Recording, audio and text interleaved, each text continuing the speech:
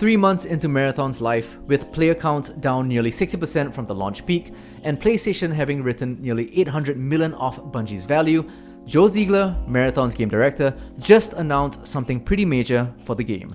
A PvE mode is coming, technically 2 of them.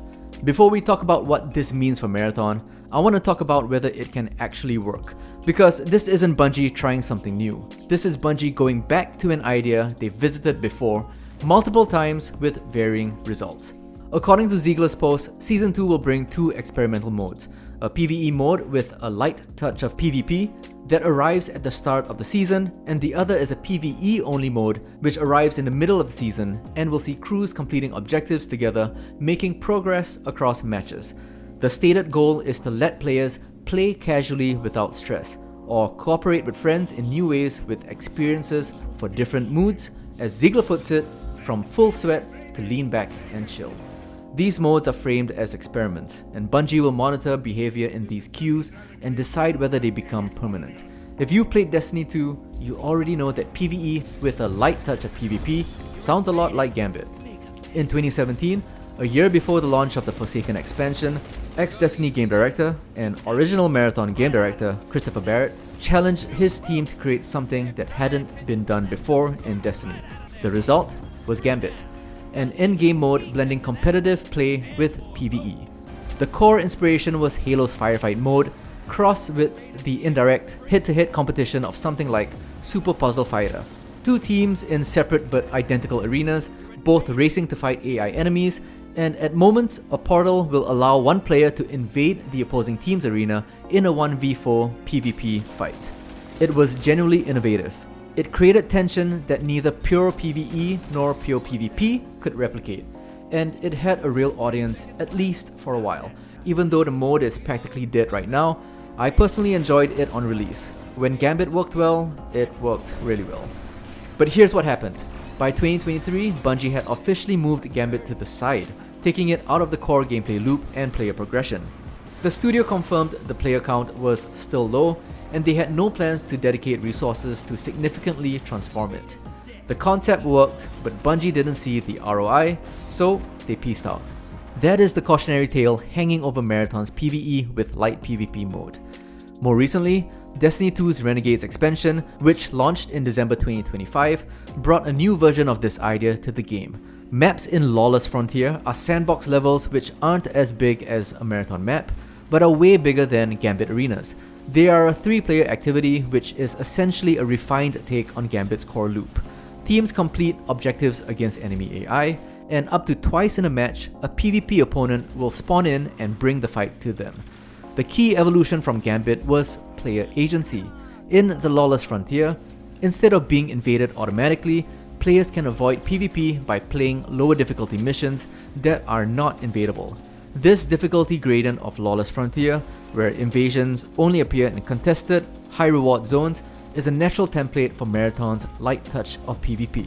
Bungie actually was hesitant to even call Lawless Frontier an extraction mode, because so little of it revolves around the idea of escaping with your rewards, but the parallels to extraction design are there, with the fire team entering, carrying out objectives, and calling for an extraction while fighting off an unending horde of enemies. Sound familiar? Well, that's cause PlayStation already successfully launched a co-op sci-fi PvE extraction game. In February 2024, Swedish studio Arrowhead shipped Helldivers.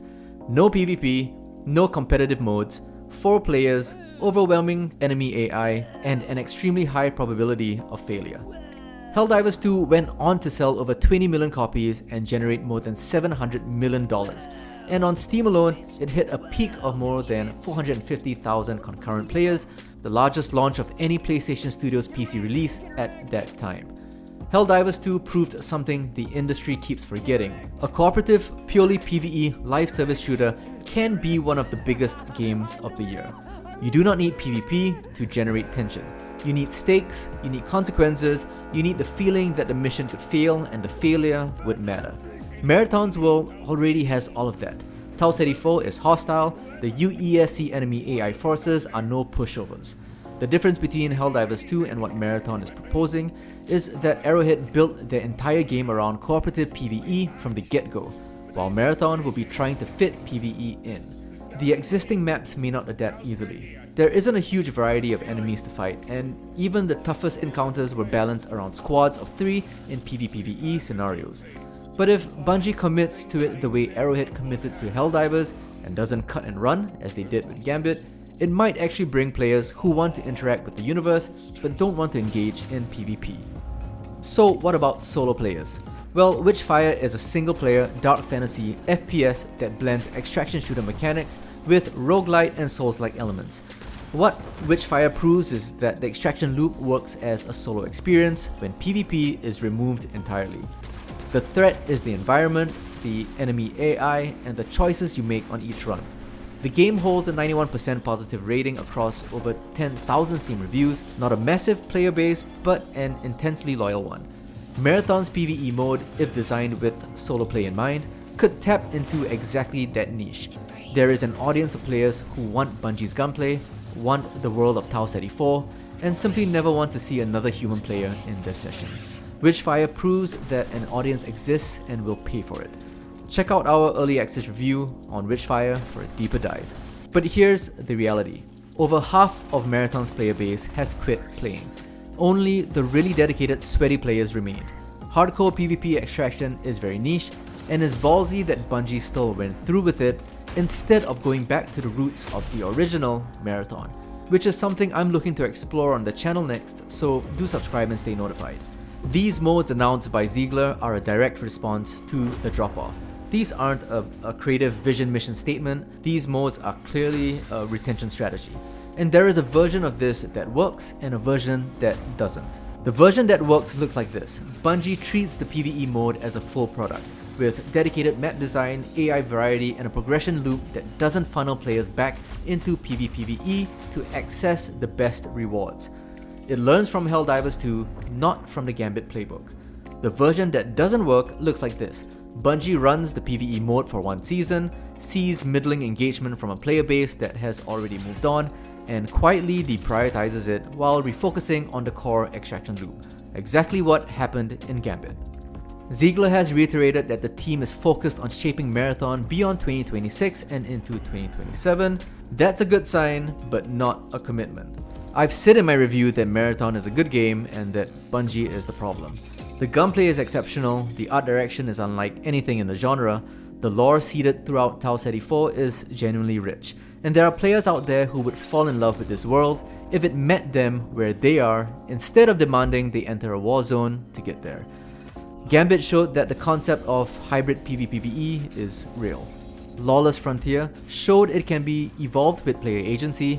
Helldivers 2 showed that a purely cooperative extraction shooter can be hugely successful, and Witchfire showed that solo extraction works when the design respects the player's time. So, will Marathon Season 2's experiments become a foundation or a footnote? We'll find out on June 2nd. And if you want to know how I actually feel about Marathon, check out my review here. If you've enjoyed the video, it truly helps if you like, subscribe, and hit the bell icon to support us here at Cutscene Collective. Let us know your thoughts below, and I'll see you in the next one.